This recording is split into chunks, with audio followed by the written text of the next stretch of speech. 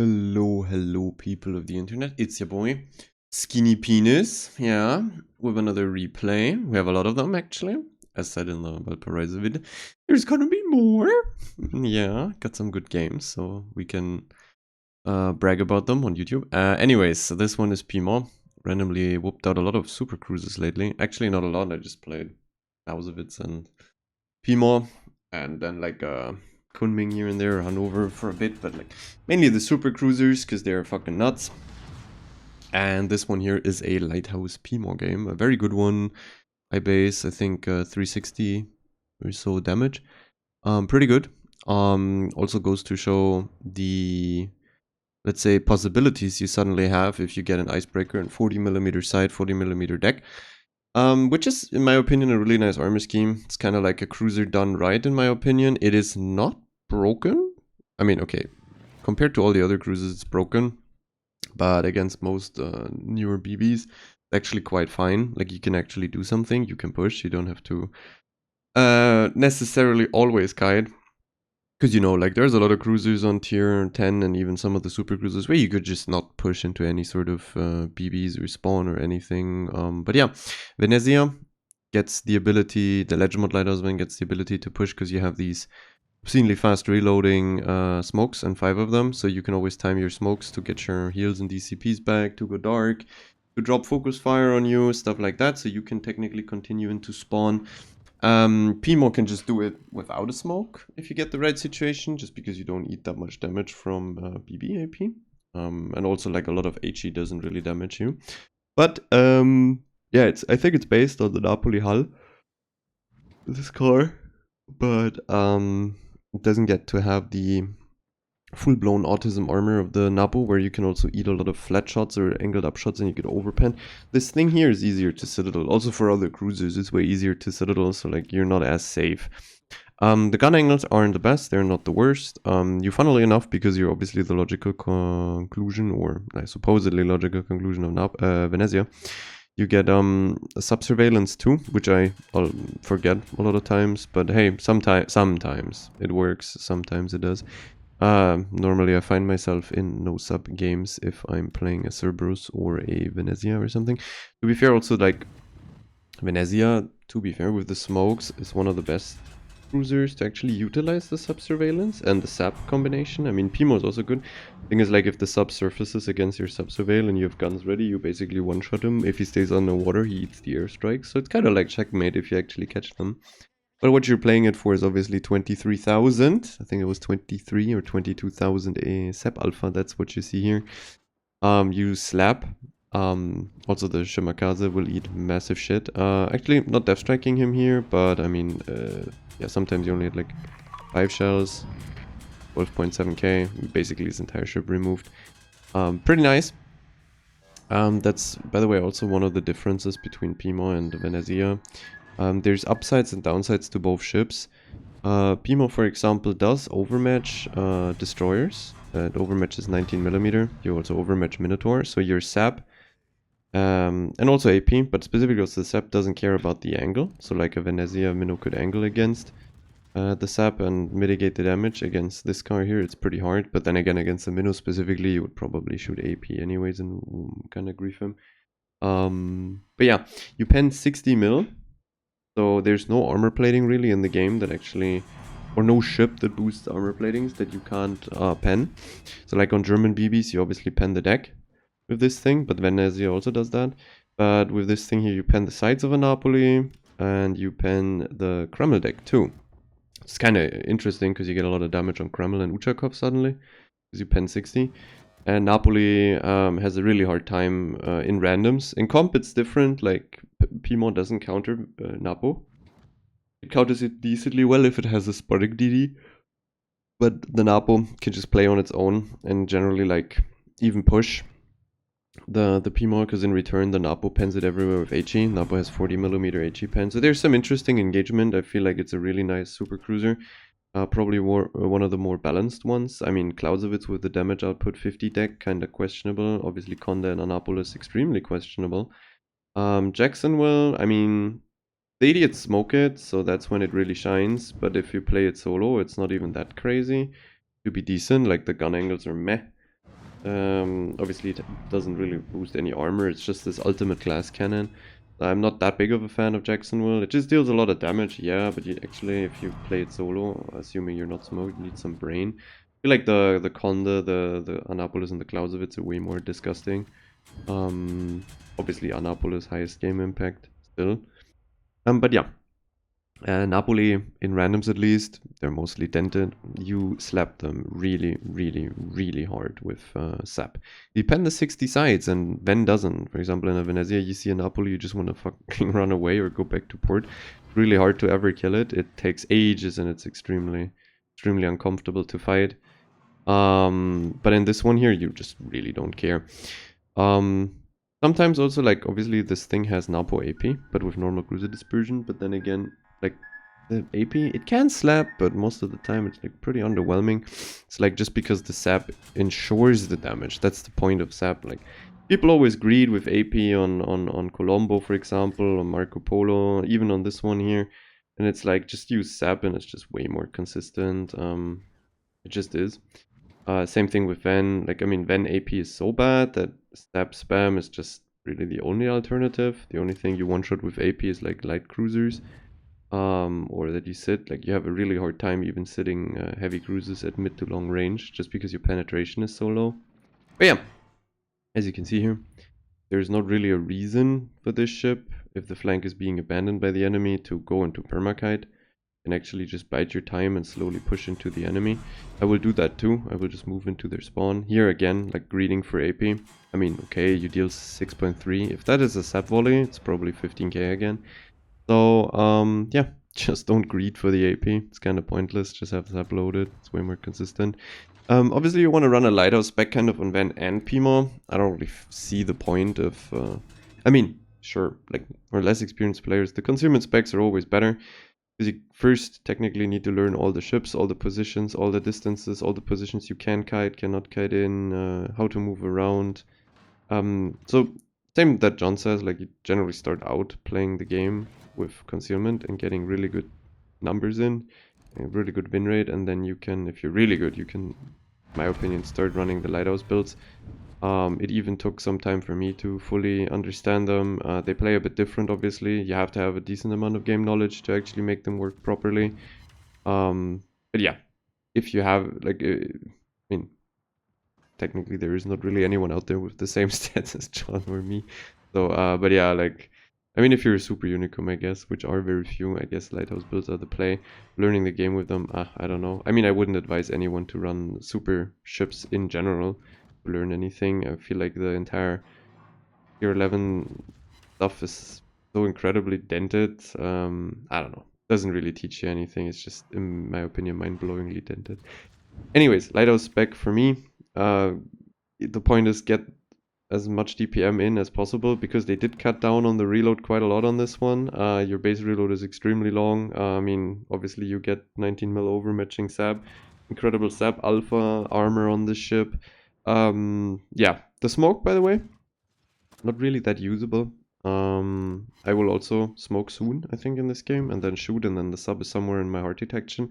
And it's not very hard for someone to be in your heart detection and you didn't know about him or didn't see him, because smoke hard fire is something like 11 something kilometers. It is more a disengaging tool because you kind of do need it, as you have this way easier to hit Citadel. But it's not like the Ledge Van or a Napoli that actually utilize the smoke to deal damage a lot of times. Over here you can also see like the AP does fist in certain situations. So like the midsection here, yummy, 4 sits. Midsection is very weakly armored. It's a small portion of Shinano. The rest of the ship is fucking tanky as shit. But the midsection has a lowered armor plate, so you can actually Citadel it. But as you can see here, I wanted to smoke, mitigate some damage. I hoped, because you see the gearing is outside of my smoke heart detect, so I thought I could maybe save some HP now. I'm not gonna really use the smoke afterwards that much anyways. Also, I know that I can at least kill one of the battleships here fast-ish. But yeah, I mean, the Satsuma clicks me. I don't have to really fear Citadels. It's not gonna really happen. This guy, for some reason, thinks he needs to wander off. This one I will one-shot. There's gonna be some 12k hidden, I think, in a Death Strike. Happens a bit more with Pimo than with Ven, just because your alpha, like your volley alpha, is higher with heavy sap and stuff. Like you do tend to get 20k hits, not only 15 or 16 with Ven. So like you have a bit more room to one-shot destroyers here and there. Also lots of DDs not running survivability expert. Looks really strong on paper. Also is if you know how to really properly aim, position, and always be ready or be decently ready for DD shots. It's a nice thing to be able to one-shot DDs, but if you compare it to other cruisers that have utility and TPM, or let's say a Conda with a reload boost, I mean, if the DD gets lit inside, I don't know, 8 kilometers, 10 kilometers of a Conda and you pop a reload boost, you're gonna deal a fuck ton of damage in the same time it takes this thing to reload just because you pop your reload boost. So like, you get more chances. I feel like for less experienced players, other cruisers are way better to kill DDs, because with these ones here, you have to be ready for spotting that is never really in your hand. Like you always have to look for your area, in this case, for example, or your DD to spot him, or the enemy D to willingly give his ass up to you. Whereas in other cruises, you can actually go for it. Like you can have hydro at least, or you can even have radar, and then you have your own DPM. So yeah, nice on paper, but sadly it's mainly only usable through teammates. Also, you will see that I will miss aim too. I think the Z here, I will whack a lot of shots into the dirt. As said though, interestingly enough, you can still deal a lot of sap damage to nose and destroyers with this one, more than with Ven, just because you overmatch the platings. So you can't really properly angle against this. Not as easy. As you can see here, like, I mean, sure, you do deal damage with Ven too in these situations, but there can be some ricochets. This one here is just like, if I hit, I hit. It's pure overmatch. Like, you don't care. Unless it's an armored DD. That was turret, by the way, I think. Maybe I'm also speaking bullshit. I don't know. I personally thought that the moment you overmatch Minnow, you also overmatch most of the DD platings, because it's the same. Maybe I'm wrong, but then correct me here. Maybe I'm just turbo dented. But yeah. As you saw, like, I clapped the Shimmer, the gearing. Now I mean, I didn't really clap the Z, but I killed him. And I think here I also clapped the next Shimmer out incredibly well. Like, it's really nice. The upside of this one here, while you have longer reload on Pimo, is your shells are obviously faster and your arcs better. And you know that Ven is already very easy to aim with. Very nice, very comfortable. But this one here is even easier. Like, you should be able to slap a lot of destroyers out for free, which is very nice. And yeah, you can push spawn. I mean, obviously, everything died in spawn. I'm not going to chase the carrier. I'm just going to turn back and run it into these other people now. Generally, very, very nice game. Obviously, a lot of gifts here and there from the enemy. Could have had a bit more damage in the end. First of all, I run at the Conda instead of hiding him. Always have to remember these super cruisers kill each other very, very fast. Like, it's a bunch of broken ships fighting each other. So let's assume you give a Pimo 3 free volleys and an Ana or a Conda, you're gonna lose like 40k if he gets good shots in, which is disgusting because you're basically fucked in the trade. You go close in a Pimo to an Ana, he immediately smashes you with Citadels and AP pen. Like, you can't ever use your back turrets basically against an Ana sub like 10 kilometers because his AP with improved pen angles easily kills your side plating. It's very flat, very high on the water ship, only 40 mil, like, you're eating shit. A Conda, if you push into it, just turbo obliterates you with HE DPM. Conda pen's 40, you have 40 everywhere.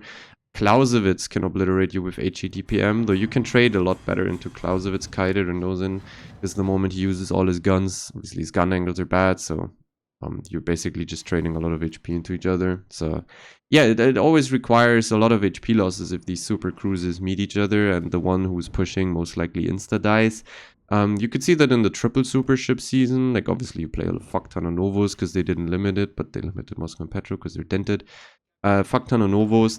Novo also kinda stupid. More basic though, but for example, the spaced armor Nova is just disgusting. Like, you really don't Citadel it in other cruisers. It's flat at mid to long range. But yeah, the Conda flanks, for example, or the Ana Smoke versus Conda, no one did anything. The reason for this is just the one that pushes, you can't. Like, if the one that pushes first mostly dies. That's just how this works. It's very hard to play anything aggressive or push. We personally also hated it because of that. It's just dented, because you want to be able to push. Doesn't mean you need... Yeah, but anyways. These ships have to kind of AFK against each other in any game mode. And to be fair, if you get a decent player in a super cruiser and you're in one yourself, prioritizing decent trades into him, so he either has to play passive or hide from you, is pretty good alternative. Because if it comes to a 1v1, it's basically all decided by either HP or exactly what ships you're in, and the outcome is basically predetermined in most scenarios. You will see it here. Like, first of all, I whiff a lot of shots, and it has a lot of dodging power. I don't have a smoke. For example, here I could at least use my smoke, but I don't have it. I use it against the mech. Obviously, I had to either reduce my damage or the damage that's coming in on me against the mech, or against the Conda later on. So I choose you do it first and then you trade your HP is a better option. As you can see here, the HE volleys are penning everywhere. You're getting set on fire, but then I slap him back for 14k. It's just a bunch of autistic cars fighting each other. But yeah, I won't be able to kill him. I also didn't get one other kill, I think. Could have been like 8 or 9 kills. Obviously crazy game. I'm not going to complain. I think the carrier kills him here. Obviously, carriers are the best of the best, as you can see here. Very nice, very nice. But here, the next thing, like the old super cruises, that's what makes them super dented, in my opinion, is the burst. Like, even if you would equalize trades, even if you win trades, they can always burst at the end and fist you. So, debatable how well balanced Conda is. But yeah, very nice Piemonte. Probably one of the more undervalued super cruisers. It is probably the most undervalued if you look at it. The least played super ship is Zurki in the past months or even year. The other one is then I think Piemonte. It's also played barely. I don't know. People don't really want it. I love it because it just has armor. It's like in games where you can push open water, or you have to push open water. The Piemonte is kind of better, I feel. If it's just raw kiting and damage output, the Venezia can be better. It just has more damage output. It has the smokes. Kind of depends on the game, really. Venezia has the benefit of being able to have the plane, spotter plane, and eye in the sky. Is it eye in the sky? Yeah, I think it's eye in the sky. The 2-point skill which you can run. So you can basically get same base range, or nearly same base range as Piemonte, but then you pop your planes the entire game, so you just get like a lot more effective range all the time in the games, which is very easy to utilize with sap spammers like Piemonte and Ven. So Piemonte not having the range is kind of mitigating it. Please don't be as dented as running a range mod Piemonte like the Asian and Sea Server Twats. It's not the point of the ship, not really. And also, like, you really need to increase your damage output as much as possible to have like the similar impact to all the other super cruisers. Just having this one shot on the DD potential or on flat cruises is not enough, really, because the other super cruisers also get it, but they get a lot more other gimmicks as well. Anna gets the hydro radar and crazy DPM, improved pen angle AP, can actually hunt for DDs, can instantaneously farm down anything, basically. Conda kind of the same, but it gets the burst, so like if something goes flat or a DD is caught, you can HE burst, you can AP burst, so it's basically as effective as Piemonte, if not more effective. Like, if you drop your damage output because you want to run range mod, I mean, at that point, just play Lighthouse Clausewitz and it's actually better. Also going to do a video on that one, I think, by the way. 7km Hydro, funny. The 7km pocket radar, catching DDs off guard. Very nice, though. But yeah, go as high as possible on the damage output. Try to be more aggressive and actually tank. The ship is designed to do it. It has 40 side deck and icebreaker, so yeah, and a smoke to disengage with. So you have a lot of survivability. So you're supposed to play it a bit closer than 19.8, I think, is, or even 20 kilometer with range mod. I don't know. It's cringe as fuck. I wouldn't do it. You shouldn't. Anyways, very nice game. Obviously not a lot of ribbons and shit because you're only spamming app most of the time. Got a nice little nearly 4k base game. Slapping the DDs made it happen. Sadly, I couldn't kill the carrier because he smoked himself. Very nice. Very nice gimmick to have. Thank you, Wargaming. Carrier goes dark flat in front of 50 people in spawn. Amazing. Yeah. As you can see here, you don't really have a problem damaging well-armored battleships just because your sap penetrates most of their deck and side platings. You still don't pen the side plating of Kreml and German BBs. Not gonna happen.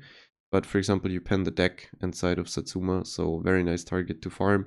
Also on German BBs or Russian BBs, you're... What do they say? No, German and Russian BBs, you don't pen the side plating, but at mid to long range, you have a lot of shells going into the deck. You get a lot of pens there.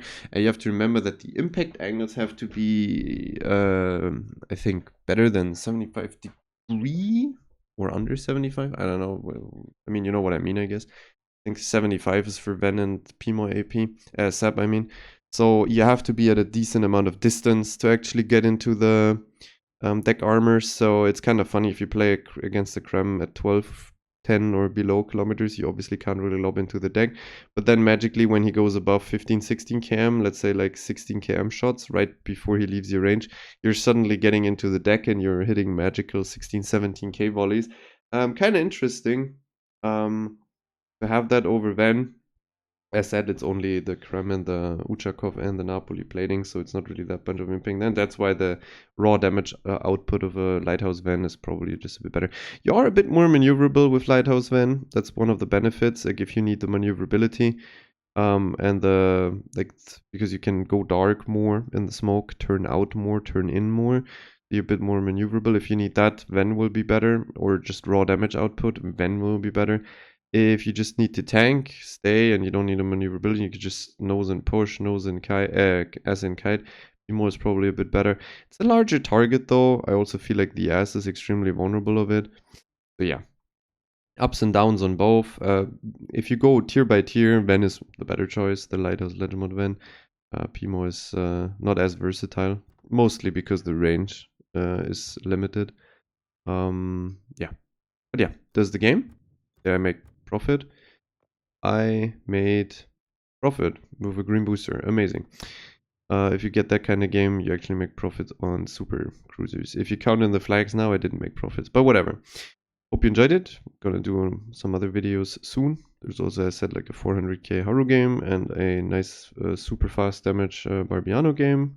And then we see what we do with Clausewitz. See you in the next video. Hope you liked it. Adios.